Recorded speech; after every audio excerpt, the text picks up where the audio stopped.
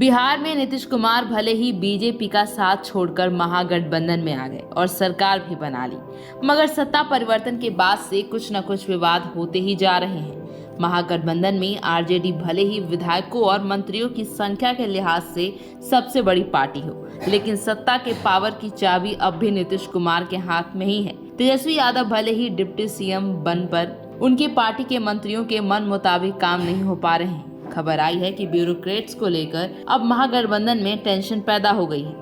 RJD के सूत्रों के हवाले से कहा गया है कि पार्टी के कुछ मंत्री नीतीश कुमार से नाराज हैं। उन्हें ना तो अपने मन मुताबिक सचिव मिले हैं और ना ही विभागों में अधिकारी उनकी इच्छा से बन पाए। पिछले दिनों कृषि मंत्री पद से इस्तीफा देने वाले आरजेडी के सुधाकर सिंह ने भी आरोप लगाए कि नीतीश सरकार में मंत्री सिर्फ रबर स्टैंप हैं। उन्हें अपने विभाग से ही जरूरी जानकारियां नहीं मिल पाई थी।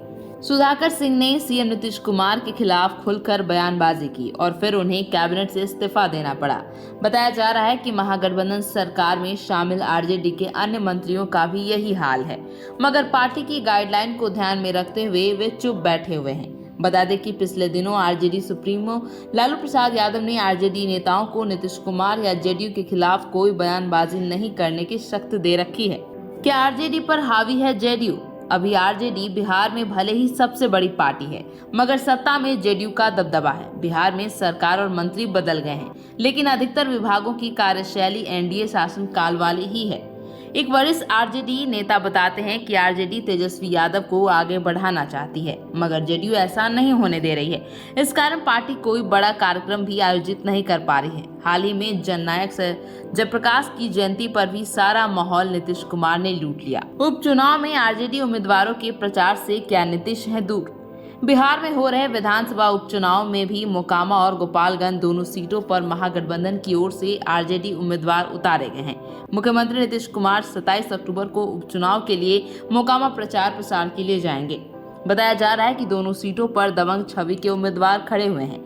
हालांकि मोकामा में बाहुबली अनंत सिंह की पत्नी नीलम देवी के प्रचार के लिए उन्होंने जेडीयू अध्यक्ष ललन सिंह को भेज दिया है। आइए जानते हैं कि महागठबंधन में कैसे खत्म होगी टेंशन।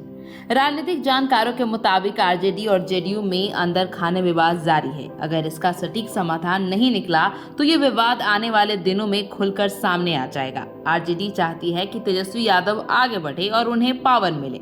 आरजेडी के नेता कई बार तेजस्वी यादव के जल्द बिहार का सीएम बनने की भविष्यवाणी कर चुके हैं। अगर नीतीश कुमार केंद्र की राजनीति में जाते हैं तो बिहार की सत्ता तेजस्वी यादव के हाथों में आ सकती है। दूसरी ओर जेडीयू नीतीश कुमार को प्रधानमंत्री बनते हुए देखना चाहते हैं। नीतीश कुमार लोकसभा चुनाव 2024 के मद्देनजर विपक्षी दलों को एकजुट करने में लगे तो ही हैं, लेकिन अभी तक उन्हें कुछ खास सफलता हाथ नहीं लगी है। सभी दलों की अपनी अपनी महत्वाकांक्षाएं हैं, जिस कारण बात नहीं बन पा रही है। नीतीश का विपक्षी एकजुटता का अभियान अभी ठंडा पड़ा हुआ है। अब बिहार में उपचुनाव के बाद ही इसके आगे बढ़ने की संभावना है। क्या जेडीयू और आरजेडी के रास्ते फिर होंगे अलग? महागठबंधन में अंदर खाने जारी खींचतान ने इस बात को हवा दे दी है कि नीतीश कुमार फिर से बीजेपी के साथ जा सकते हैं। चुनावी रणनीतिकार प्रशांत किशोर ने भी दावा किया कि नीतीश जल्द महागठबंधन का साथ छोड़ेंगे। इसके बाद महागठबंधन में शामिल हिंदुस्तान आवाम मोर्चा यानी कि हम के मुखिया और पूर्व सीएम जीतनराम मांझी ने भी कह दिया है कि अगर नीतीश बिहार के हित में कोई और गठबंधन करने का कदम उठाते हैं तो वे उनके साथ रहेंगे। हालांकि नीतीश कुमार कई बार कह चुके हैं कि वे अब मरते दम तक बीजेपी के साथ नहीं जाने वाले हैं। अगर अब तक आपने हमारे चैनल को सब्सक्राइब नहीं किया है तो चैनल को यूट्यूब पे सब्सक्राइब करें और हमारे फेसबुक और इंस्टाग्राम पेज को फॉलो करना ना भूलें। ब्यूरो रिपोर्ट, मगही आवाज।